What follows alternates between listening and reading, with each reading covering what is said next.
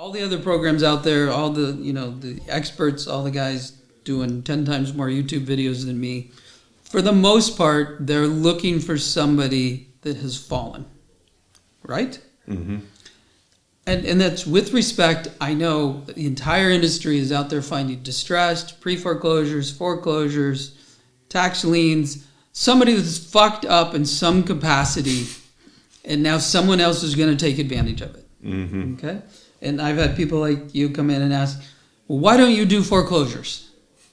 Right? Right. And, when I was 25 years old and got into this business, there was a kind of a big foreclosure wave, late 80s, early 90s.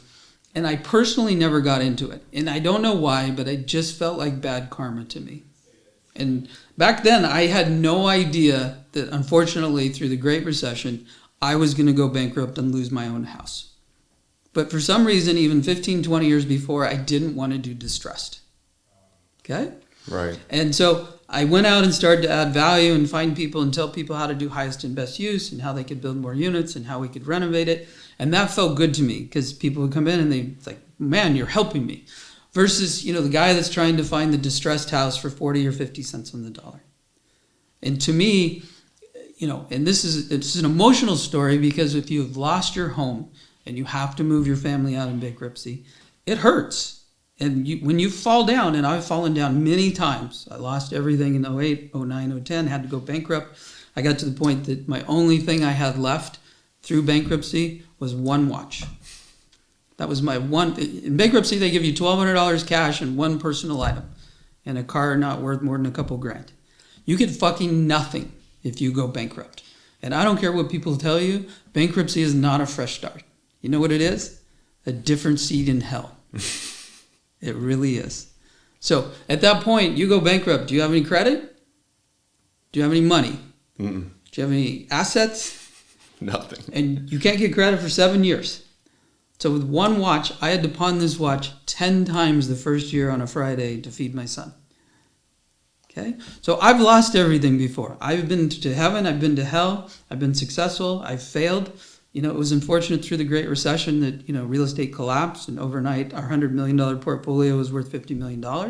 And the banks don't give a fuck, and the private lenders don't care. They just take your shit. And so it's an unfortunate thing, but it's not whether you fail, it's whether you get back up. And within a few years, we rebuilt the business. We owned over 50 properties, and it was a thriving business based on being able to get up and go again. So if you know how to create, you can do it over again. It doesn't matter. But our business model has never been going after the distressed properties because it doesn't feel good to me. And with respect to people that do it, go for it. Good for you, but we just don't do it here. So we've had people come in and want to do it, and I just like, nope, that's not what we do here. Mm-hmm. So we're really trying to add value to other people's properties, get them to sell, top dollar, fair market, something that works for us. With win-win scenarios. Win-win scenarios. And that may seem cheesy, it may sound like shit, but I've lost everything. If you, I'm not saying I starved, but we didn't have any money. We were paycheck to paycheck growing up. And so I'm not used to being rich, but, poor sucks too. So, just it's trying to get you to understand what we focus on here.